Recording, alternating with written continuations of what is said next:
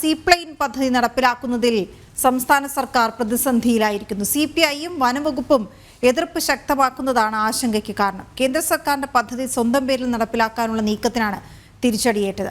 പ്രജിത്ത് മോഹനൻ ചേരുന്ന വിവരങ്ങളുമായി. പ്രജിത്ത്, ഇത് ആദ്യം തന്നെ എതിർത്തിരുന്നു അന്ന്, പക്ഷേ CPM കൂടെ ഉണ്ടായിരുന്നു. പക്ഷേ ഇതിപ്പോൾ നടപ്പിലാക്കുമ്പോൾ വനംവകുപ്പിൻ്റെയൊക്കെ രൂക്ഷമായ പ്രതികരണമുണ്ട് ഈ വിഷയത്തിൽ. അപ്പോൾ എങ്ങനെയാണ് ഇനിയിപ്പോൾ ഇത് നേരിടാൻ പോകുന്നത്? മാത്രമല്ല CPI ഇതിനെതിരെ കൂടുതൽ രൂക്ഷമാക്കുന്നു പ്രതിഷേധമെന്നാണ് അറിയുന്നത്.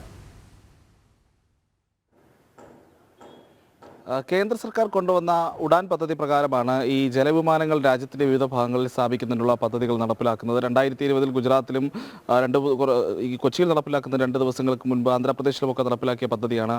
പിന്നീട് കേരള സർക്കാർ സ്വന്തം പദ്ധതി എന്ന നിലയ്ക്ക് വലിയ പ്രചാരണമൊക്കെ കൊടുത്ത് നടപ്പിലാക്കാൻ ശ്രമിച്ചത്. എന്തായാലും കേന്ദ്ര പദ്ധതികളെ പേര് മാറ്റി നടപ്പിലാക്കുന്ന സ്ഥിരം രീതി തന്നെയാണെങ്കിലും പക്ഷേ ഇത്തവണ ഈ പദ്ധതി നടപ്പിലാക്കുന്നതിന് പിന്നിൽ അല്ലെങ്കിൽ നടപ്പിലാക്കുമ്പോൾ വലിയ പ്രതിസന്ധികളാണ് സംസ്ഥാന സർക്കാർ നേരിടുന്നത്. പ്രധാനപ്പെട്ട പ്രശ്നം എന്ന് പറയുന്നത് മുന്നണിയിലെ ഏറ്റവും പ്രധാനപ്പെട്ട ഘടകകക്ഷിയായ CPI ഉയർത്തുന്ന എതിർപ്പാണ്. 2013 സമാനമായൊരു പദ്ധതി കേരളത്തിൽ നടപ്പിലാക്കുന്ന സമയത്ത് അന്ന് ആ പദ്ധതിയെ സമരം ചെയ്ത് എതിർത്ത് തോൽപ്പിച്ചത് CPMഉം CPIയും ഒത്തുചേർന്നാണ്.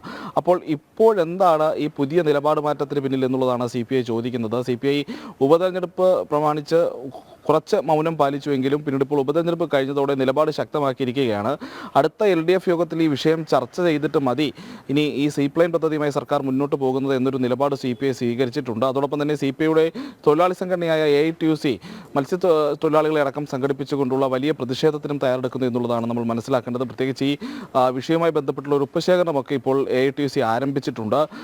ഇത് സർക്കാർ പിന്തിരിയുന്നില്ലെങ്കിൽ കൂടുതൽ ശക്തമായ സമരത്തിലേക്ക് പോകുമെന്നുള്ളതാണ് AITUCയുടെ നിലപാട്. അതിന് എല്ലാ ആശീർവാദവും CPI നൽകുന്നുണ്ട്. CPI വീണ്ടും ചോദിക്കുന്നുണ്ട്. കാരണം 2013 ഈ രീതിയിൽ വലിയ സമരങ്ങളാണ് നടത്തിയതെന്ന് മത്സ്യത്തൊഴിലാളികളടക്കം സംഘടിപ്പിച്ച് വലിയ എതിർ പ്രചരണവും നടത്തിയിരുന്നു. പ്രത്യേകിച്ച് CPM ആണെന്ന പ്രചാരണത്തിന് നേതൃത്വം നൽകിയത്. CPM എന്തുകൊണ്ട് ഇപ്പോൾ ഈ നിലപാട് മാറ്റത്തിന് പിന്നിലെ കാരണങ്ങൾ അത് വ്യക്തമാക്കണം എന്നുള്ളതാണ് CPI ആവശ്യപ്പെടുന്നത്. നമ്മൾ ഇക്കാര്യത്തിൽ മനസ്സിലാക്കേണ്ട ഒരു വിഷയം, അല്ലെങ്കിൽ നമ്മൾ ഒരു അല്പം പരിഹാസസ്വരമൊക്കെ ഉണ്ട്, പലയിടത്തുനിന്നും ഉയരുന്നുമുണ്ട് ഈ പദ്ധതി CPM നടപ്പിലാക്കുമ്പോൾ എന്നുള്ളത് നമ്മൾ മനസ്സിലാക്കേണ്ടതുണ്ട്. കാരണം 2013 പദ്ധതി വരുന്ന സമയത്ത് CPM വലിയ രീതിയിലുള്ള പ്രചാരണങ്ങൾ നടത്തിയിരുന്നു. പ്രത്യേകിച്ച് മത്സ്യത്തൊഴിലാളികൾക്ക് ഇത് വലിയ പ്രശ്നമായി മാറുമെന്നുള്ളത്, കായലുകളിലെ മത്സ്യസമ്പത്ത് നശിക്കും, അതോടൊപ്പം തന്നെ ഈ കക്കവാരി ഉപജീവനം നടത്തുന്ന തൊഴിലാളികളുടെ ജീവിതമാർഗം അത് തടയപ്പെടും, അങ്ങനെയുള്ള വലിയ പ്രചരണം CPM നൽകിയിരുന്നു. ആ പ്രചരണത്തിൻ്റെ അടിസ്ഥാനത്തിലാണ് കായലുകളിലും മറ്റുമൊക്കെ വള്ളങ്ങൾ നിരത്തിയിട്ടും മത്സ്യബന്ധന വലകൾ വിരിച്ചുമൊക്കെയുള്ള മത്സ്യത്തൊഴിലാളി സ്ത്രീകളടക്കം വലിയ പ്രതിഷേധം നടത്തുകയും 2013 വന്ന ആ സീപ്ലെയിൻ പദ്ധതി അത് എന്നേക്കുമായി നിലച്ചു പോകുന്ന സാഹചര്യം ഉണ്ടായത്.